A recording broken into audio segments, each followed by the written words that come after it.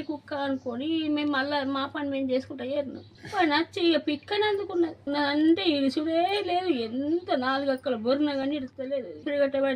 కట్టబట్టి దేంతో కొట్టినా కానీ సాట పోయింది, జల్లెడ పోయింది, దేంతో కొట్టినా ఇరుస్తలేదు. ఆకులంతా బొరుతున్నా అసలు అందరు లోపల ఉన్నారు. పెట్టినారు అందులో నన్ను చంపేసి కీకలు పెడుతున్నా కానీ పప్పులకి వెళ్ళి పోయిందేమో కుక్క ఏంటికి పోతే వాయనంటే వాళ్ళు అనుకుంటున్నారు.